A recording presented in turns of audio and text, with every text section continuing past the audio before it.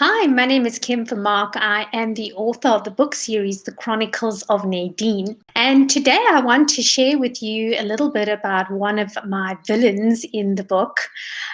So the guy's name is King Radolf. He is the king of the Northern Kingdom. He is the second generation mentioned in this book. His father ran a pretty decent tight ship, but his wife managed to infuriate someone, and there was a false accusation laid against her for witchcraft. Now, in the medieval times, there's a lot of jealousy that was created, and people often falsely accused others of witchcraft to be able to get their lands and their titles. And King Radolf's father was terrified of being excommunicated, of losing his kingdom, and so he was convinced to denounce his wife. And in doing so, he severed the relationship between the prince and his mother. She was executed, and the king had a huge burden of guilt. He took to drinking, and because of the guilt that he had, he actually spoke to the prince again. What is lived his whole life just under the guidance of tutors. He never had a relationship with his father, and he had a burning resentment of people who would manipulate weak-minded people. He saw his father as being weak, and he vowed that he would never be weak and he would never have his kingdom taken away from him. So because of this, he had a lot of trauma. And what sometimes happens with people with trauma, they either navigate towards doing good with their lives, or they become so hardened because of the trauma that they had that they refuse to be controlled at any point in the future. Characters who are like this were very much like Hitler. Hitler was one of the people who inspired this character. And I saw that in Hitler's life, he received a number of severe beatings from his father when he was younger. And when he was 11 years old, he vowed that he would never cry in front of his father after he was beaten. Now, no one agrees with the politics of that character. However, I did use it to be able to formulate a little bit about my character and my background. Core underlying belief that this character has is that he will not be controlled, he will not be a weak king like his father, and he will not let other authorities dictate to him and the way that he is going to work.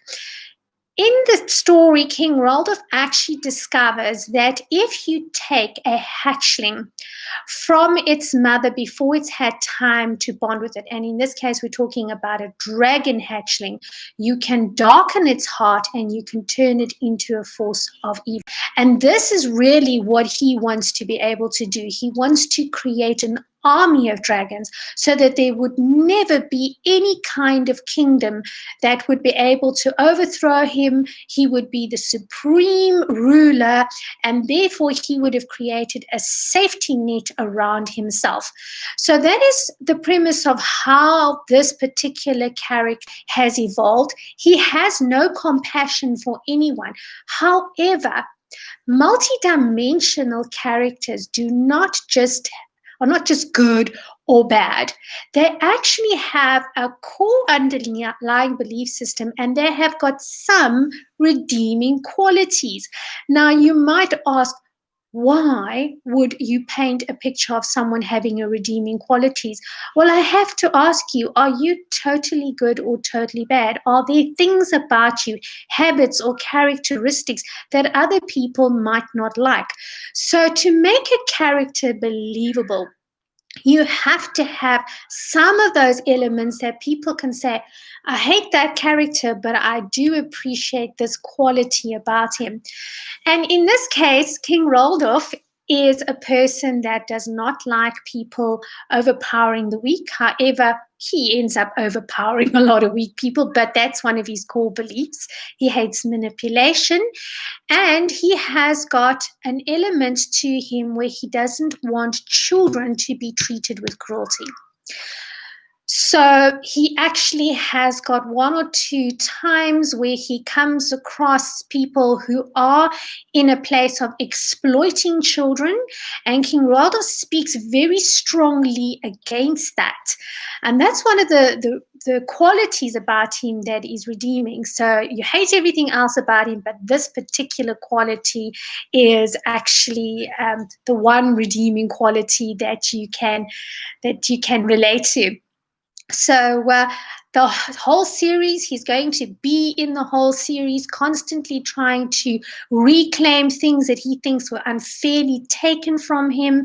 And he has got a quest in mind. He's got a couple of people that side with him and are prepared to sacrifice to be able for him to get him to achieve his goals. So yeah, that's my villain. And in the next few chats that we're going to cover, I'm going to cover a couple of the other characters, what their core belief system is, and how they relate to the story.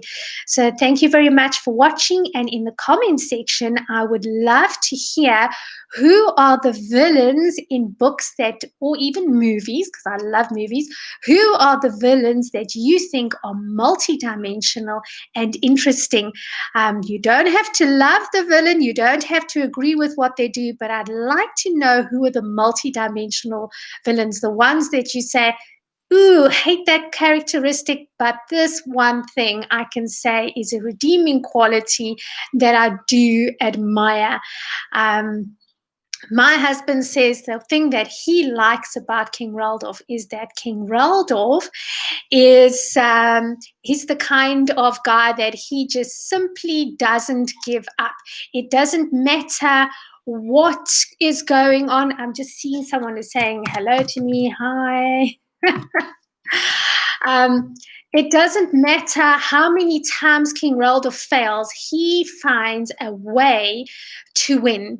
And at the end of the day, one of the questions that I have to pose is, if villains always pursue their goals, why can't good people always pursue their goals? So go ahead, subscribe if you like this channel. And as I say, please let me know which villains you think are multidimensional and you enjoyed that aspect of them. Thank you so much for watching and have a super day. Bye.